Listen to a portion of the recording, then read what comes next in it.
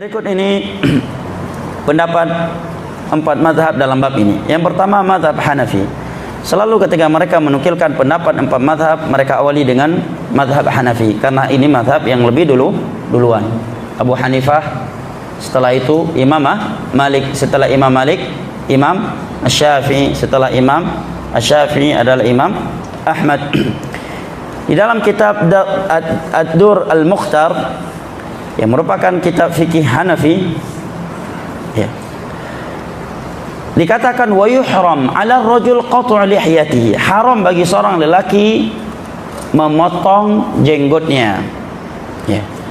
Wa saraha fi nihayah, dan lebih jelas lagi dalam kitab An-Nihayah disebutkan biwujubi qat'i ma zada 'ala al-qiblah wa amma al-akhdhu minha wa hiya duna dhalik kama yaf'alu ba'd al-magharibah wa mukhannathatu ar-rijal falam yubihu ahad wa akhdhu kulliha fi'lu yahudil hind wa majusil a'ajim. Mohon maaf kalau sedikit keras karena saya hanya menerjemahkan. Di dalam kitab An-Nihayah lebih jelas lagi disebutkan, ini pendapat sebagian ulama, wajib mengambil jenggot yang lebih dari satu genggam. Ini khilaf kalau yang setelah satu genggam. Jelas ya, kalau setelah satu genggam. Itu nanti akan kita bahas. Wa ammal akhdhu minha, adapun mengambil minha jenggot wahyaduna dzalik, kurang dari satu genggam. Jenggotnya belum lebih dari satu genggam. Dia potong seperti yang ini merupakan kebiasaan orang-orang barat, wa mukhannatsatur rijal, dan laki-laki bencong. Bahasa siapa? Bahasa ulama. Falam yubihu ahad, perbuatan yang seperti ini tidak ada satupun ulama yang membolehkannya. Ya. Jadi ulama dahulu menganggap orang yang mengambil jenggot yang belum lebih dari satu genggam itu perbuatan orang barat, wa mukhannatsatur rijal, lelaki-lelaki yang bencong. Siapa yang berkata? Mazhab Hanafi. Mazhab Hanafi. Wallahu alam. Akankah ada yang berani menuduh Imam Abu Hanifah telah mengikuti mazhab Wahabi? Wa akhdhu kulliha fi'lu yahudil ins, dan mencukur seluruhnya. Kalau tadi enggak seluruhnya, tetapi dia cukur dalam keadaan belum lebih dari satu genggam dan juga tidak habis secara keseluruhan. Kalau dia mencukur secara keseluruhan, itu menyerupai perbuatan Yahudi yang ada di Hindia dan Majusi dari non-Arab. Lebih gawat lagi. Allahul musta'an. Dan kita sedang bahas hukum ya, bukan sedang membahas individu manusia yang melakukannya. Adapun kalau kita melihat ada orang yang melakukannya, ya, maka kewajiban kita adalah menasihatinya secara empat mata dengan santun, hikmah, dan kita tidak boleh menganggap jadi kita lebih baik daripada dia. Bisa jadi dia memiliki ibadah yang tidak kita miliki. 6. Wa mithlu dzalika, dan ucapan yang seperti ini fi aktsari kutubil Hanafiyah, di kebanyakan kitab-kitab fikih Hanafi seperti Fathul Qadir, Syarah Az-Zailai, Al-Kanz. Jelas ya? Sekarang mazhab Maliki. Qala fi Tamhid, di dalam Tamhid dikatakan, Tamhid kitabnya Al-Imam Ibnu Abdul Bar. Beliau dari Maroko, hidup pada abad keempat. Di abad keempat ada dua ulama besar. Satunya di Maroko, satunya di Masyriq. Masyriq di mana? Irak dan sekitarnya. Kalau dari Maroko Imam Ibnu Abdul Bar namanya. Kalau dari Masyriq namanya siapa?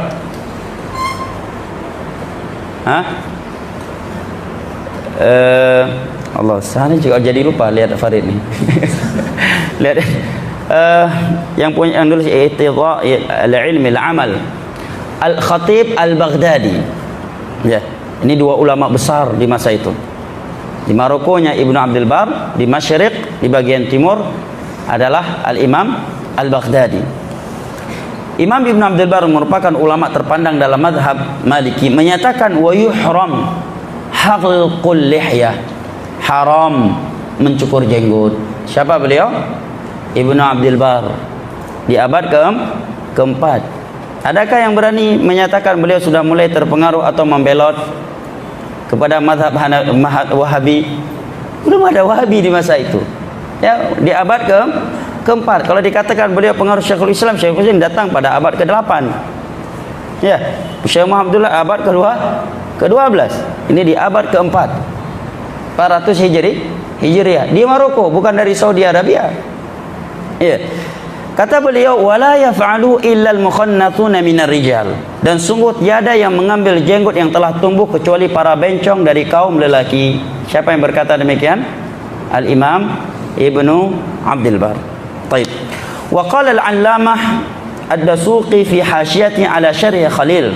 Al-'allamah Dasuqi dalam penjelasan beliau terhadap kitab Syarah Khalil menyatakan wa yuhram 'ala ar-rajul halqu lihyatihi aw syaribihi wa yu'addab fi'lu dhalik. Wa yu'addab fa'ilu dhalik. Haram seorang mencukur jenggotnya secara habis dan mencukur kumisnya secara habis. Ini memang mazhab Maliki terkait masalah kumis. Sebagian mereka ada yang berpendapat bahwa mencukur kumis secara habis haram. Tapi itu telah kita bahas di pertemuan yang lalu, bahwa terkait kumis afdalnya adalah mencukur, bukan menggunting, memotong, merapikan, memendekkan, bukan mencukur. Tetapi kalau dia mencukurnya tidak dikatakan haram atau makruh karena tiada larangannya, tetapi dia telah meninggalkan sesuatu yang lebih afdal. Kata beliau, haram wa yu'addab fa'ilu dhalik. Dan orang yang mencukur jenggot harus diberikan sanksi oleh negara. Siapa yang berkata demikian? Al-Imam Al-'Allamah Dasuqi, seorang ulama mazhab Maliki. Negara harus memberikan sanksi kepada para lelaki yang mencukur jenggotnya. Ya, tentunya daulah Islam yang kalau menegakkan Islam. Kemudian Al-Imam Al-Qurtubi, seorang ulama tafsir yang terkenal, memiliki tafsir Al-Qurtubi. Beliau menyatakan la yajuzu halqul lihya wala natfuha wala qassuha. Tidak boleh mencukur jenggot, tidak boleh mencabutnya, natfu, wala qassu, dan tidak boleh memendekkannya, di-upgrade biar enggak nampak kali, biar lebih fashion, di-upgrade. Ya, jadi kalau ke masjid menampakkan itu jenggot sunnah, begitu gaul sama kawan-kawan yang gaulnya menampakkan itu jenggot fashion, bukan jenggot sunnah. Ya, ini syabab sunnah ala akhir zaman. Ya, hadanallahu iyyahum. Wa qala al-Khattab fi syarh al-Mukhtasar wa halqul lihya la yajuz. Mencukur jenggot adalah sesuatu yang tidak boleh. Dan banyak lagi ucapan-ucapan ulama Maliki yang serupa dengan ini. Dan Al-Imam Ibnu Abdul Bar, beliau adalah ulama yang mu'tamad dalam fikih Maliki, sebagaimana Al-Imam Baihaqi adalah ulama yang mu'tamad dalam fikih Syafi'i. Abi Syuja', Imam Nawawi, ini adalah ulama-ulama yang mu'tamad di dalam fikih Syafi'i, sebagaimana Al-Imam Ibnu Qudamah adalah ulama yang mu'tamad dalam fikih Hambali. Maka Ibnu Abdul Bar adalah ulama yang paling mu'tamad dalam bab adalah fikih Maliki. Dan itu pula yang ditegaskan oleh Imam Malik di dalam Muwatta'nya.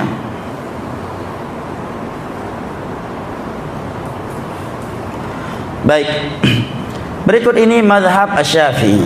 Mari kita simak mazhab Syafi'i, ya.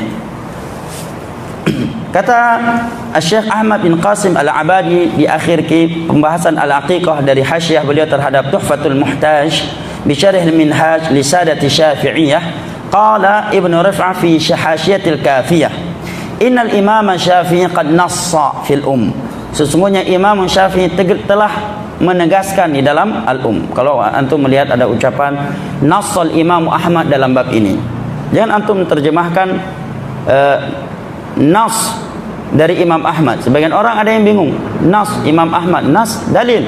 Oh, maksud Ahmad di sini Nabi Muhammad, nama lain dari Nabi Muhammad. Ini keliru. Maksudnya nassal Imam Ahmad, nassal Imam Syafi'i, nassal Imam Malik, maksudnya berucap dengan ucapan yang jelas, tegas, gamblang. Jelas ya? Tegas ya. Imam Syafi'i telah menegaskan dalam kitab Al-Um ala tahrimi halqi lihyah, bahwa mencukur jenggot hukumnya haram.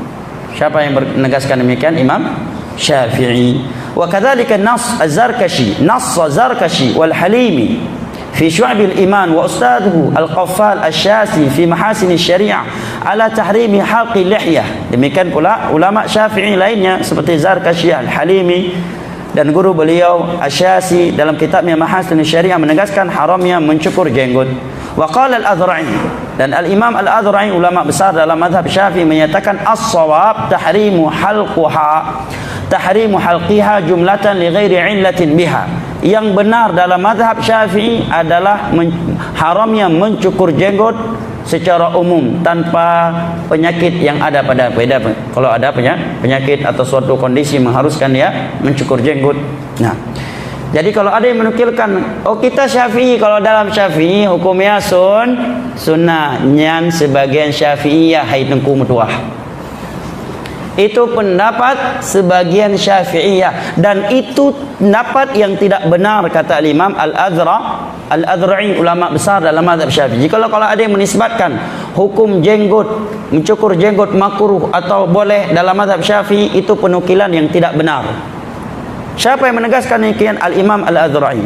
Andai kata ada ulama yang dinisbatkan ke Syafi'iyah, ya, maka itu pendapat yang tidak benar. Dan perlu diketahui pendapat Syafi'iyah belum tentu sama dengan pendapat Imam Syafi'i.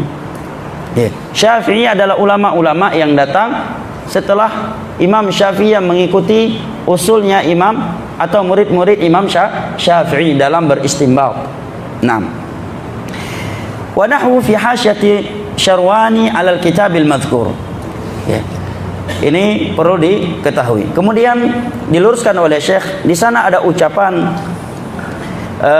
Imam Nawawi atau Rafi yang sebagian orang memahaminya, menjadikannya sebagai alasan bahwa mencukur jenggot hukumnya makruh, karena Imam Nawawi dan Rafi pernah mengucapkan wa yukrah halqul lihyah, dimakruhkan mencukur jenggot. Maka dijawab oleh ulama besar Syafi'i yang bernama Ibnu Rif'ah bi anna Syafi'i radhiyallahu anhu nassa fil ala tahrim. Imam Syafi'i tidak menyatakan makruh, justru beliau menggunakan kata haram terkait mencukur jenggot. Maka yang terpandang adalah apa yang ditegaskan oleh Imam Syafi'i dalam kitab bukan apa yang ditulis oleh ulama Syafi'i dalam kitab-kitab fikih.